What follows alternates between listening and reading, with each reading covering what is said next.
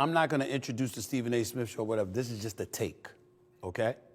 That I'm going to want Bailey to put on YouTube and social media at some point in time over the next few days, okay? In 5, 4, 3.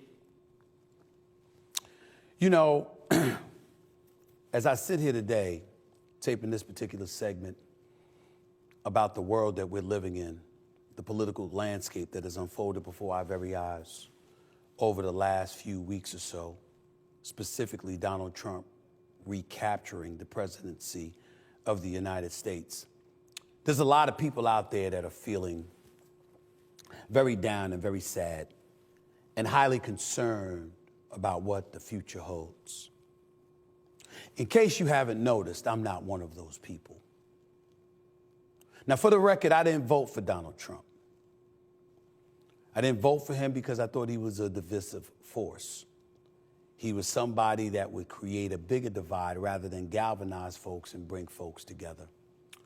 And I was incredibly worried leading up to the election that the race was going to be so tight that either he'd lose and claim he won, as he did in 2020, and create all kinds of chaos, or he'd win by a narrow margin, and we'd hear folks on the other side, meaning the left, lamenting how maybe it was rigged against them this time around, and all of this other nonsense that would serve to further divide this nation.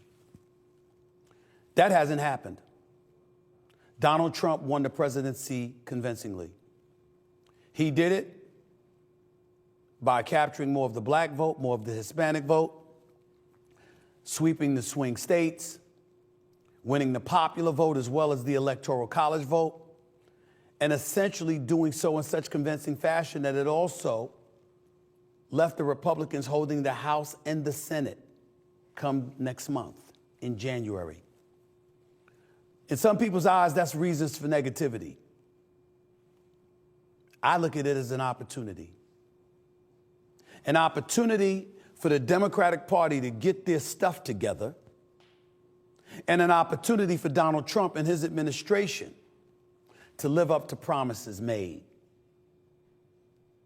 and to direct this country in a forward direction without looking back.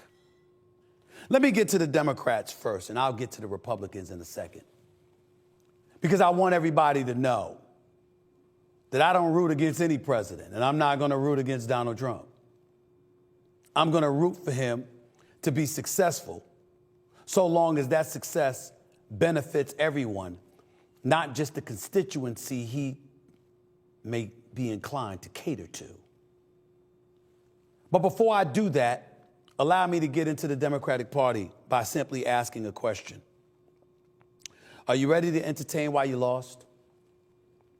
Are you ready to stop debating amongst yourselves back and forth?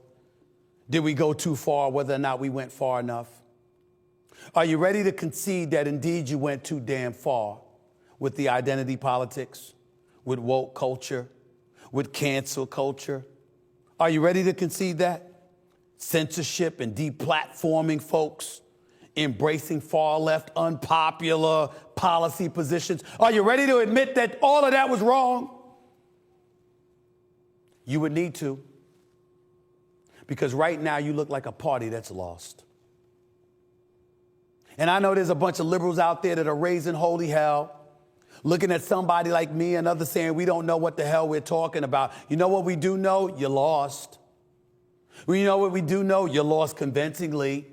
You know what we do know? That you are now disempowered. You've been rendered practically impotent. So much so that in a time of progressiveness, where you got somebody like AOC, Alexandria Ocasio-Cortez, competing with Nancy Pelosi, the 84-year-old Nancy Pelosi, who recently had hip surgery. When competing against her, she still beat AOC. Because somewhere along the way, somebody said, you know what? We don't need to move further left. We need to listen to the audience out there, the constituency out there that's saying, center, be a centrist, or at least left of center, don't go to the fringes. If you're the Democratic Party, are you willing to accept that? Are you willing to accept that inflation happened on your watch? On Trump's too, to some degree, but certainly yours. Are you willing to accept that the crime in the streets was uncomfortable to see, that the homelessness in the streets was uncomfortable to witness? Are you willing to concede that you can't be all things for everybody? That in any society, particularly a capitalistic one,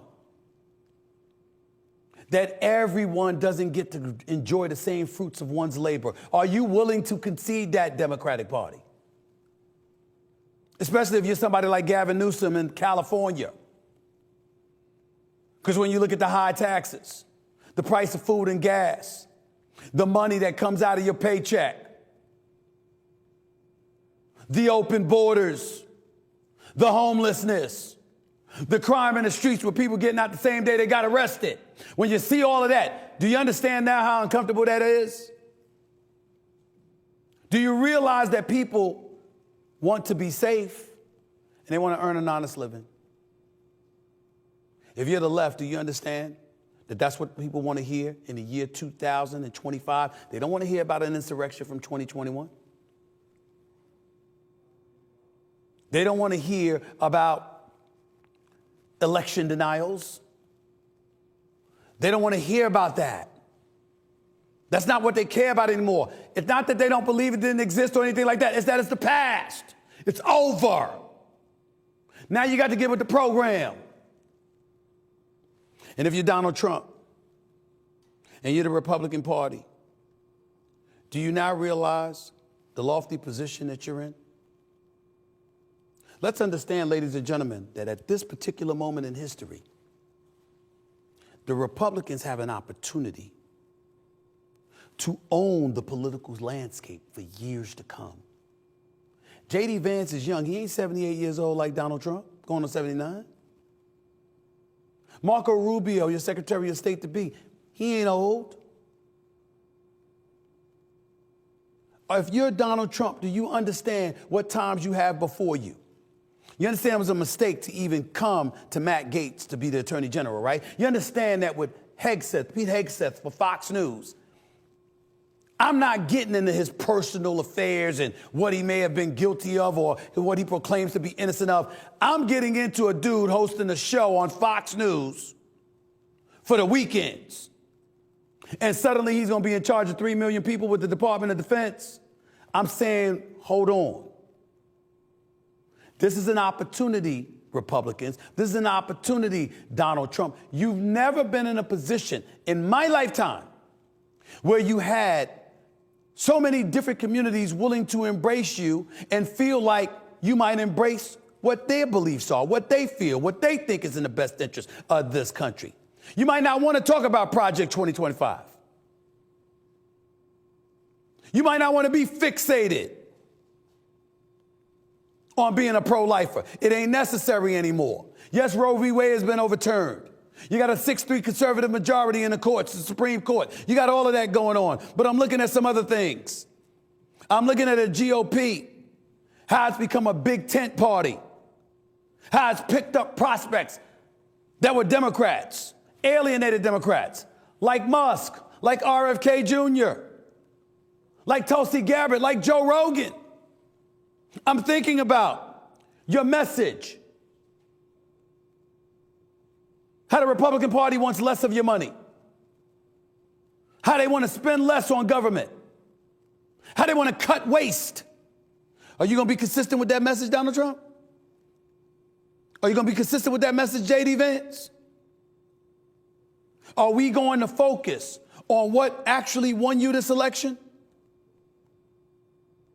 I'm thinking about a Trump administration right now that's fairly popular with both parties, according to recent polling showing how Americans are on board with a lot of, the stuff that he's doing in his transition prep. They're even on board with things like deportations.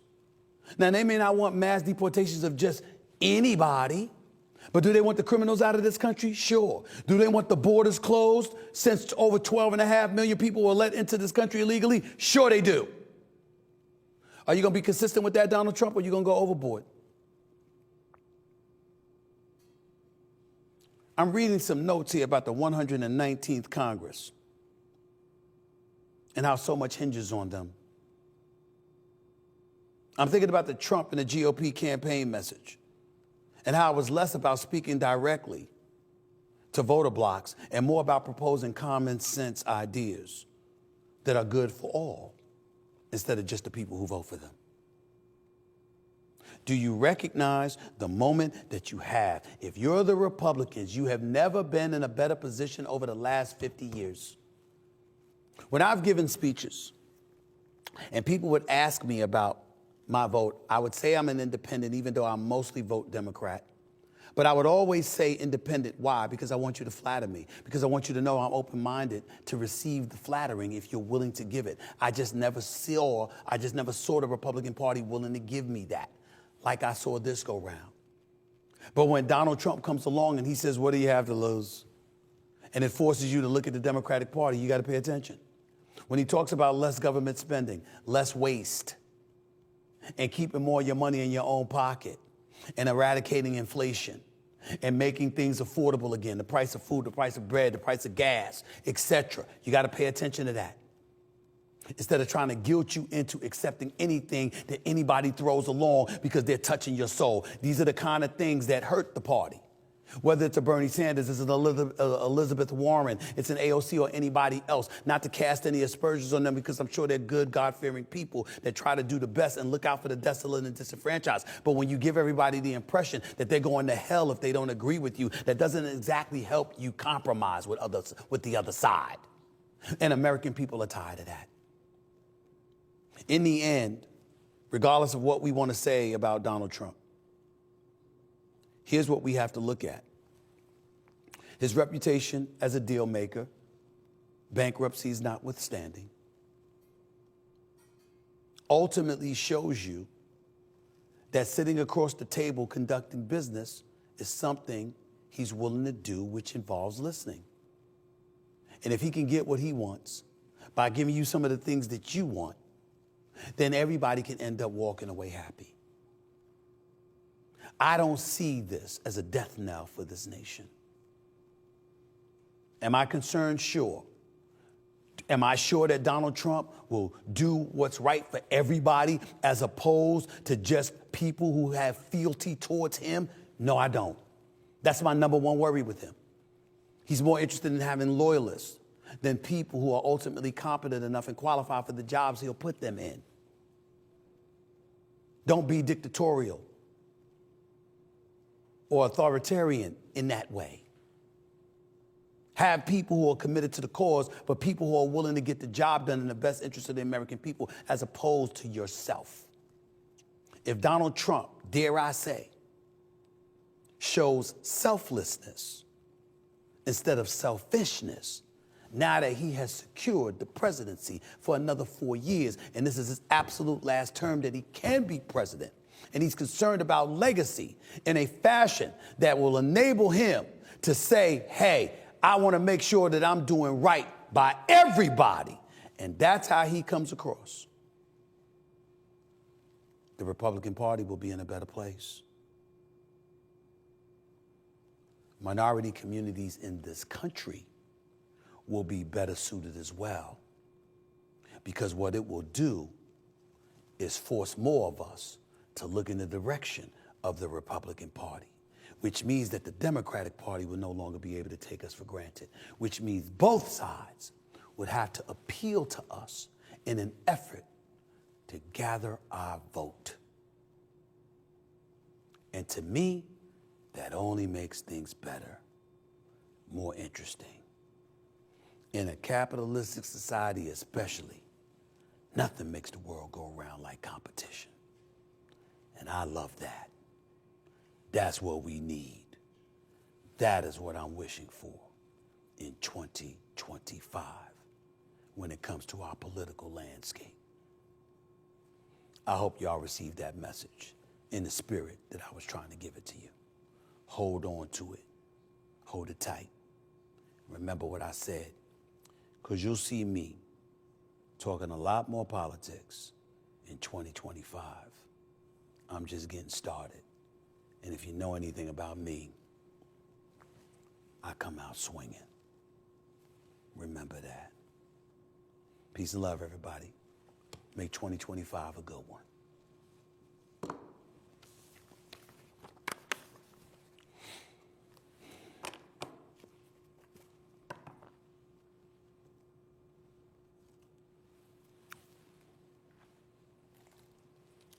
That's fine.